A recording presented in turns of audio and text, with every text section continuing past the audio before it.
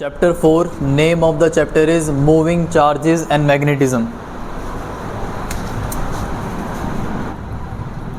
Chapter 4,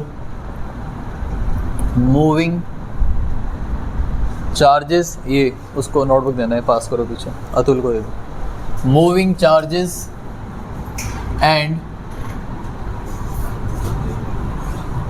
Magnetism. और कल group में चैप्टर वन के नोट्स भेजें, ठीक है. तो जो नए बच्चे वो हैंड रिटन नोट्स बनाना स्टार्ट करेंगे और फ्राइडे को मुझे नोट्स का स्टेटस चेक कराएंगे कितने हो गए, ठीक है. कोशिश करो बना, खुद से नहीं लिखोगे तो कोई फ़ायदा ही नहीं है. प्रिंट आउट वाले बच्चे बहुत है ट्यूशन पे, कुछ नहीं समझ आता उन लोगों को, फेल हो रहे हैं. ओके, मैंने क्या बताया था आपको, moving charges and magnetism. So my first question is, class 10 में सभी पढ़कर आए हैं, what is magnetic field. Magnetic field क्या होती है. नेक्स्ट, अच्छा छोड़ो, व्हाट इज इलेक्ट्रिक फील्ड, ये तो हम पढ़ चुके हैं. A space around a charge particle in which it's electrical effect can be experience is called electric field. What is magnetic field. Louder. जबकि इलेक्ट्रिक फील्ड को बताने से पहले मैग्नेटिक फील्ड कहा था मैंने कि 10th क्लास में मैग्नेटिक फील्ड की डेफिनेशन हुआ करती थी. क्या डेफिनेशन होती है मैग्नेटिक फील्ड की. Next, space around a body or a magnet. The space around a bar magnet in which its magnetic effect can be experience is called magnetic field. ऐसे ही घुसता 10th क्लास में. भाई bar magnet के चारों तरफ एक रीजन होता है, एक जगह होती है. अगर उसके पास किसी मेटेलिक कंडक्टर को लेके जाओगे, किसी मेटल को लेके जाओगे, तो या वो क्या करेगा, अट्रैक्ट करेगा. या फिर अगर आप सेम पोल लेके चले गए तो आपस में क्या होगा, रिपल्शन होगी. पॉइंट इज कि कुछ ना कुछ फोर्स एक्सपीरियंस होता है. बट 12th क्लास में आके चेंज क्या हुआ, क्या सिर्फ बार मैग्नेट के पास ही मैग्नेटिक फील्ड होती है. बोलो बताओ, बार मैग्नेट के पास ही सिर्फ मैग्नेटिक फील्ड होती है. तुम्हारे घर में ऐसी कोई डिवाइस है जिसके पास मैग्नेट नहीं है बट फिर भी वो बढ़िया काम करता है, मैग्नेटिक फील्ड है. क्या बार मैग्नेट के अलावा और किसी के पास मैग्नेटिक फील्ड हो सकती है. आस्था, इश्मीत हो सकती है. हाँ, महिमा, अथर्व, बोलो, हो सकती है. एग्जाम्पल क्या ऐसा कह सकते हैं, करंट कैरिंग कंडक्टर. किसी भी कंडक्टर में से अगर करंट फ्लो कर रहा है तो क्या उसके पास मैग्नेटिक फील्ड होगी. अगर आप चाहते हैं इसका प्रूफ करना, अपने घर जाएं और बिजली की तार को पकड़ के देखें. अगर आप चिपके रहे तो इसका मतलब है मेरी बात सही है कि उसके पास क्या है, मैग्नेटिक फील्ड है. अगर आप नहीं चिपके रहे तो आप सही हैं. बात समझ आ रही है कि नहीं आ रही है. तो डेफिनेशन में क्या चेंज आया लिखो. अच्छा, magnetic field is denoted by, Pratyush 10th class में मैग्नेट करंट को डिनोट करते थे आई से. वानिया मैग्नेटिक फील्ड को डिनोट किससे करते थे बेटा. जबकि सबने फ्लेमिंग लेफ्ट हैंड रूल का रट्टा मारा था 10th क्लास में. अगर याद हो कि इसका सिंबल, इसका सिंबल और इसका सिंबल, इसका सिंबल जो था वो मैग्नेटिक फील्ड थी. Anyone from online class, magnetic field को डिनोट किससे करते हैं, किससे, बी से. वेरी गुड, मैग्नेटिक फील्ड को डिनोट करते थे बी से. अब इससे याद आ गया, फ्लेमिंग लेफ्ट हैंड रूल बड़ा याद आ रहा है. मन्नत क्या था Fleming left hand rule.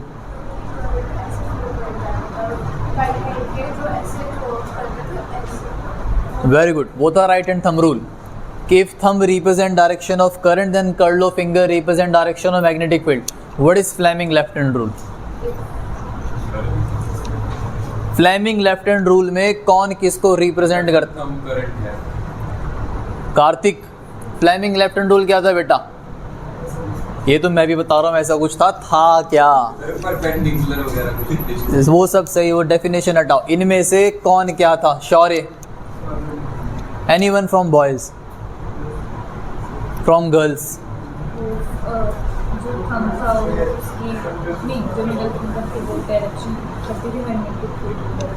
Online class को याद है किसी को. वैभव, विरव. ओके, स्टेटमेंट हुआ करती थी, if we stretch our left hand in such a way that our thumb, first finger and second finger are mutually perpendicular to each other, then if first finger represent direction of magnetic field and second finger represent direction of current, then our thumb will represent direction of force. इसको short में बच्चों को याद करा, जैसे CBI होता है, इसमें हम याद कराते थे एफ बी आई, ये एफ है, ये बी है, ये आई है। अब आसान, आई किसको डिनोट करता है अतुल? करंट को डिनोट किससे करते हैं? आई से, याद रखना जो मैं बोल रहा हूँ। और ये बी से किसको डिनोट करते हैं? मैग्नेटिक फील्ड को। किसको करते हैं? और ये थंब होता है एफ, एफ से किसको डिनोट करते हैं? फोर्स को। बताओ अतुल तीनों कौन कौन से हैं? ये थंब क्या है? ये क्या है? करंट। और ये क्या है? अरे भाई सबको याद आया? ठीक है, तो ये इस चैप्टर में भी यूज होने वाला है। ठीक है, डालो heading magnetic field. It is a space around a current carrying conductor. It is a space around a current carrying conductor or a magnet.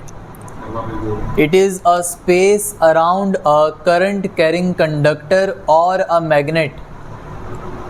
It is a space around a current carrying conductor or a magnet in which its magnetic effect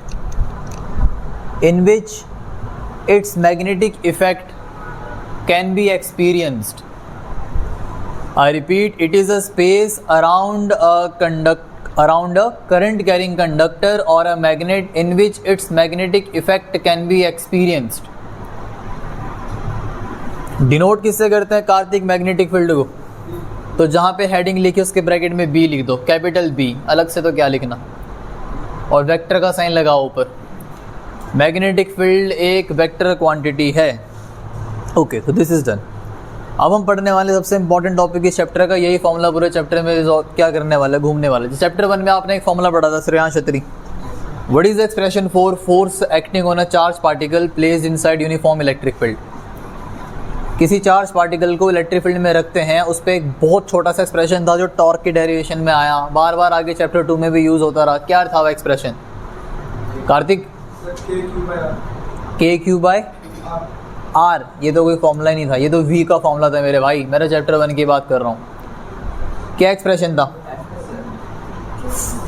ये दिख रहा है मैं क्या बोल रहा हूँ, सुनने पे ध्यान दो। Force acting on a charge particle moving in electric field. Electric field की वजह से किसी पार्टिकल पे जो फोर्स लगता रहा, उसका एक्सप्रेशन क्या था? घर से सिर्फ सो के उठ के नहीं आना होता, किताबें भी खोलनी होती है। क्या एक्सप्रेशन था? अब मार पड़नी स्टार्ट होगी तुम लोगों को। हाँ हाँ, F is equal q e, ये एक्सप्रेशन पूछ रहा हूँ मैं। कैसे आता था? बिकॉज इलेक्ट्रिक फील्ड इंटेंसिटी का फॉर्मूला था E is equal to f upon q, तो वहाँ से F is equal to q e. इस किसका एक्सप्रेशन था? Force on a charge particle in a electric field. अब हम क्या करने वाले हैं? Force on a charge particle in a magnetic field. डालो heading force on a moving charge in a magnetic field. Force on a moving charge in a magnetic field. Online class board is visible? Okay. Force on a moving charge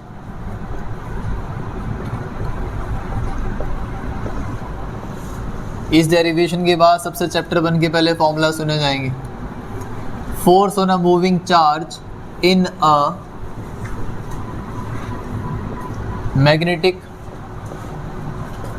field. Okay, diagram. So we have x, y and z axis. Quiet everybody. And suppose that magnetic field is flowing along x axis and particle is moving with velocity v in the xy plane.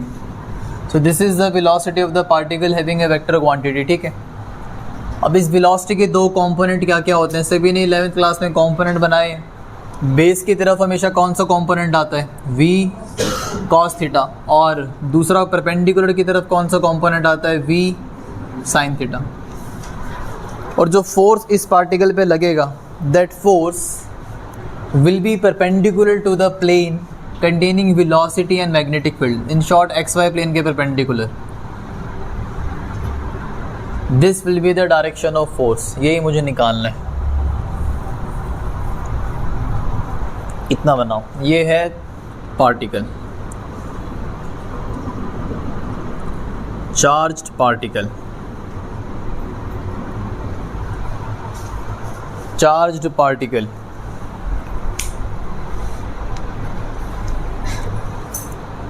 Okay, क्या बता रहे हैं diagram? Stop writing. अगर इस room में इस diagram को समझना हो, imagine this is a x axis, यहाँ ध्यान दो भी सारे, ये वाला है एक्स एक्सिस, ये वाला क्या है वाई एक्सिस, और ये वाला क्या है जेड एक्सिस। पार्टिकल कौन से प्लेन में घूम रहे हैं? एक्स वाई प्लेन में। एक्स वाई प्लेन कहाँ पे इस कमरे के हिसाब से? कौन सी दीवार? सामने वाली दीवार। इतना सबको समझ आना चाहिए, क्योंकि ये एक्स यहाँ पे, वाई यहाँ पे, इस दीवार पे। तो इस दीवार में जहाँ पे घड़ी टंगी हुई है, इसको मान लो पार्टिकल। तो ये हमारे पास, हमने ऐसे कॉम्पोनेंट, अच्छा सर ये रहा वेलोसिटी का कॉम्पोनेंट। अब इस डायग्राम के हिसाब से फोर्स लगेगा तीसरे एक्सिस पे, तो वो पार्टिकल पे किधर को फोर्स लगेगा? जेड एक्सिस कहाँ पे? ये एक्स था, ये क्या था? वाई। तो उस पार्टिकल पे फोर्स कहाँ लगेगा? तुम्हारी तरफ को लगेगा, स्ट्रेटर की तरफ।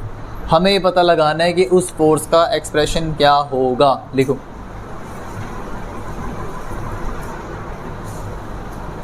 इसको अगर थोड़ा प्रिसाइज करना हो, the force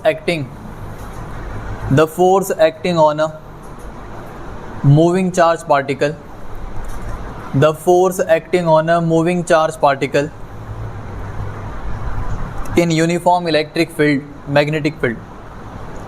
The force acting on a moving charge particle in uniform magnetic field, depends upon following factors. The force acting on a moving charge particle in uniform magnetic field depends upon following factors. Number 1, इधर देखो सभी, force is directly proportional to magnitude of charge. It makes sense. जितना ज़्यादा charge का magnitude उतना ही ज़्यादा क्या लगेगा? Force. Second, force will be directly proportional to strength of magnetic field. सही बात है, जितनी स्ट्रॉन्ग मैग्नेटिक फील्ड होगी उतना ही ज़्यादा क्या लगाएगा? Force. And third is force will be directly proportional to v cos theta. अब यहाँ मन में सवाल, सर वी कॉस थीटा लिया, क्या अगले स्टेप में वी साइन थीटा लिखेंगे? नहीं लिखूँगा, ठीक है, बल्कि मुझे वी कॉस थीटा ना लिख के वी साइन थीटा लिखना चाहिए, और मैं कॉस नहीं लिखूँगा. क्या कोई बता सकता है कि कॉस क्यों नहीं कंसीडर करना चाहिए?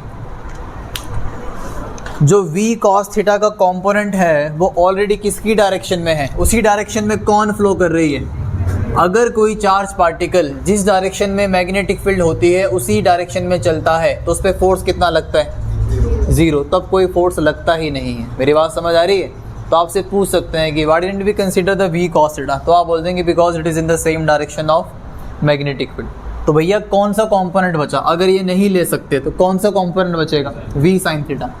अब तीनों को अगर एक साथ लिख रहा हूँ, स्टॉप राइटिंग इधर देखो सभी, अतुल एक साथ कैसे लिखे? क्यू, दूसरा क्या है? बी, और तीसरा क्या है? We sine theta. प्रपोर्शन को हटाएं तो हमारे पास आएगा के, बट के से फिर कंफ्यूज हो गए, के को 1 मान लेते हैं. यहाँ पर आएगा क्यू, और इसको ठीक से लिखूँ तो बनता है q we B sine theta. Sir ऐसे क्यों लिखा? क्योंकि अगर मैं इसकी वेक्टर फॉर्म लिखूँगा, in vector form this expression is written as q v cross b. तो थीटा किसके बीच का एंगल हुआ? बोलो. Theta is the angle between velocity and magnetic field. कहाँ ये theta? Theta is the angle between velocity and magnetic field. इनके बीच में angle पे डिपेंड करेगा. और ये 11th क्लास में आपने पढ़ा हुआ है. ए क्रॉस बी का फॉर्मूला क्या होता है? ए डॉट बी होता था ए बी कॉस थीटा, और ए क्रॉस बी होता है ए बी साइन थीटा. तो मेरे पास पहले से क्या है? A b sine theta. ये भी वेक्टर है, ये भी वेक्टर है. क्या चार्ज भी वेक्टर है? बोलो. नहीं, तो चार्ज तो लेके नहीं चल सकते ना, चार्ज तो स्केलर है. तो इसको हमने लिख लिया वी क्रॉस बी. लिखो. अब पूरे चैप्टर में ये सेम एक्सप्रेशन बार बार यूज होगा. F is equal to Q we B sine theta. लिखो. The direction of force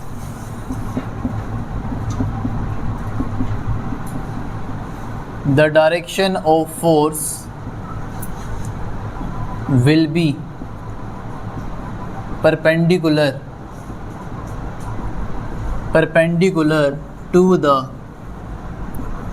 plane containing V and B.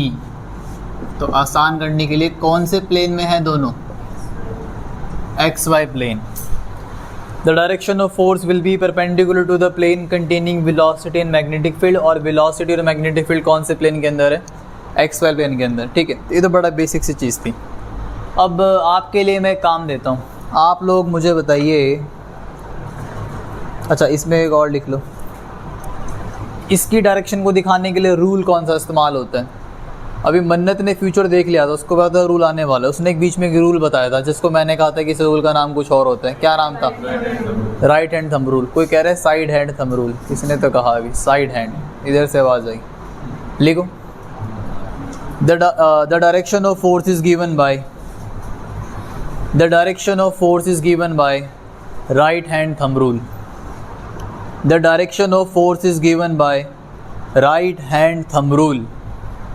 The direction of force is given by right hand thumb rule. कैसे लगाते हैं right hand thumb rule? अब बचपन में तो 10th class तक तो सीमित था कि हाँ भाई करंट पता हो, वो पता हो तो 2 मिनट में लगा लो। यहाँ थोड़ा सा कंसेप्ट समझते हैं, हालांकि 11th क्लास में बता रखा है। राइट हैंड थंब रूल का फंडा होता है ए क्रॉस बी लगाएंगे, ए क्रॉस बी, और डायरेक्शन मिलेगी तीसरे वेक्टर की। अब मेरी बात सुनेंगे सभी ध्यान से। अगर ये एक्स एक्सिस पूरा ए वेक्टर है, एक्स एक्सिस, और ये वाला कौन सा है? वाई। चलो ए वेक्टर बोल के कंफ्यूज नहीं करता। ये है एक्स एक्सिस और ये है वाई एक्सिस, तो राइट हैंड थंब रूल क्या लगेगा? अगर मैं बोलता हूँ एक्स क्रॉस वाई निकालो, तो हाथ को रखेंगे एक्स की तरफ, और किसकी तरफ जाना है? एक्स क्रॉस वाई, तो एक्स से वाई की तरफ जाएंगे। तो ये अंगूठा किसकी तरफ आ रहा है? कौन सा एक्सिस है? जेड। तो जब भी आप ए क्रॉस बी निकालते हो, आप एक्स क्रॉस वाई निकालते हो, आपको मिलता है पॉजिटिव का क्या? जेड। अच्छा से अगर इसका उल्टा निकालते, अभी तो मैंने x क्रॉस y किया, अगर इसका उल्टा करें y क्रॉस x, तो हाथ किस तरफ जाएगा बता सकते हैं? y क्रॉस x निकालने के लिए क्या y की तरफ जाना पड़ेगा हाथ को? तो y से जब x की तरफ कर रहे हैं तो कौन सा एक्सिस जा रहा है इस बार? प्लस का z की माइनस का z?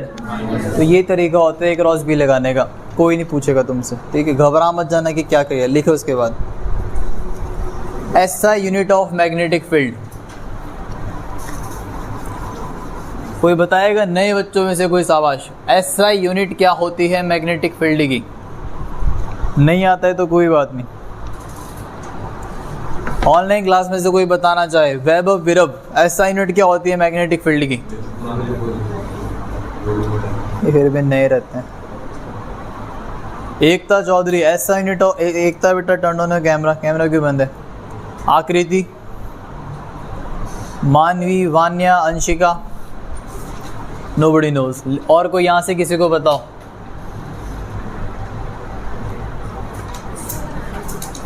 SI बोली मैंने, वो बाद में लिखो। SI unit of magnetic field, Tesla, Tesla, Tesla के नाम पे रखिए। SI unit of magnetic field, magnetic field को डिनोट करते हैं V से, टेस्ला, TESLA। कहीं तसड़ा लिख रखा हो कि घर जाके बोल रहे हैं कि हाँ कि फ्यूचर दिख गया मुझे अपना आज। तसला, टेस्ला, TESLA। ठाकुर क्या लिखा? तसला।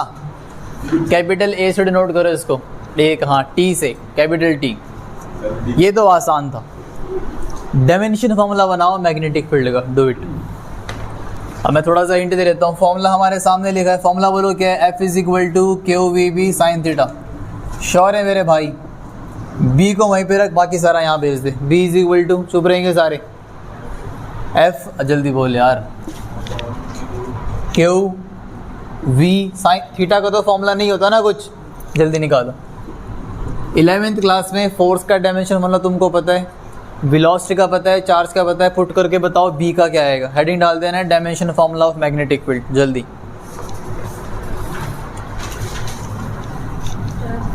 अब मेरी तरफ मत देखो कि चार्ज का बता दो, थप्पड़ लग जाएगा। करो फटाफट, बहुत बार बताते कौन चार्ज का डायमेंशन फॉर्मूला।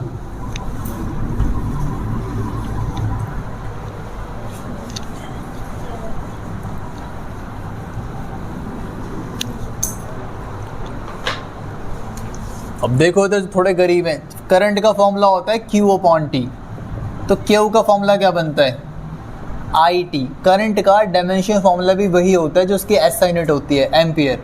और टाइम का तो पता है। तो चार्ज का होता है AT, वेलोसिटी का क्या होता है याद या भूल गए 11वीं? और फोर्स का क्या होता है? अभी भी ना कर पाए भैया तो देख लो, घर जाके हाथ में पानी भर के कूद मार देना। बोलो। ml। गलत है। और कोई? तुम कुछ कह रहे थे, बोलो। क्या क्या? MAT-2। गलत है। सारे फॉर्मूले बोर्ड पे चेक कर लो। चार्ज की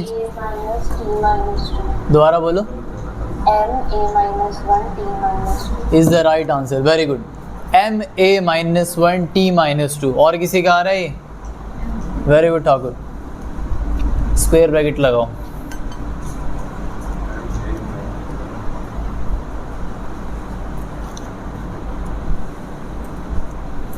और दो बच्चों का बना, और किसने का बना? MA-1। Very good Atharva, good Pratyush, Bhavya. और पीछे और किसने नहीं बना पाया? यार ये तो मैथ्स है ना। अतुल भाई बना? कैसे बनेगा बोलो। फोर्स का फॉर्मूला क्या बताया? अब यार डिवाइड मल्टीप्लाई में गलती करोगे कैसे चलेगा। AT वेलोसिटी का क्या होता है? अब जिनका L आ रहा है, अबे भाई सबसे पहले L कैंसिल होएगा। अब ये T प्लस का 1 और ये माइनस का 1, T से T क्या हो गया? कैंसिल, बस ख़त्म। MT-2, ये नीचे प्लस का ऊपर आके क्या हो जाएगा? So dimension formula of magnetic field is MT-2 A-1, या फिर आगे पीछे कर लो MA-1 T-2। लिखो सभी।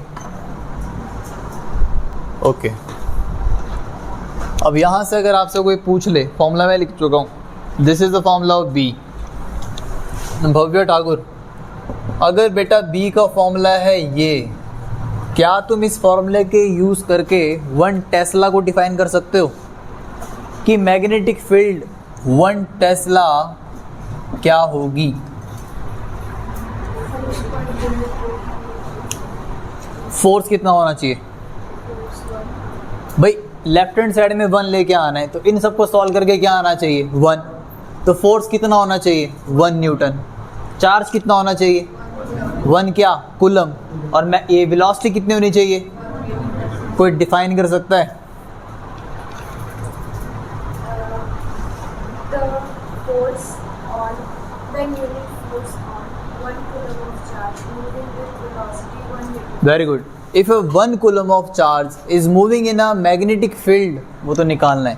If 1 coulomb of charge is moving with a velocity of 1 meter per second in a magnetic field and force acting due to magnetic field is 1 Newton, then such magnetic field is said to be of 1 Tesla। अरे उसने simple समझाया ना, अगर 1 coulomb का charge 1 metre पर second की velocity से चलेगा और उस पर फोर्स कितना लगेगा? 1 न्यूटन, तो तब मैग्नेटिक फील्ड को क्या कहा जाएगा? 1 टेस्ला। क्या सभी को समझ आया? बताओ क्या बताया मैंने? अपूर्वा।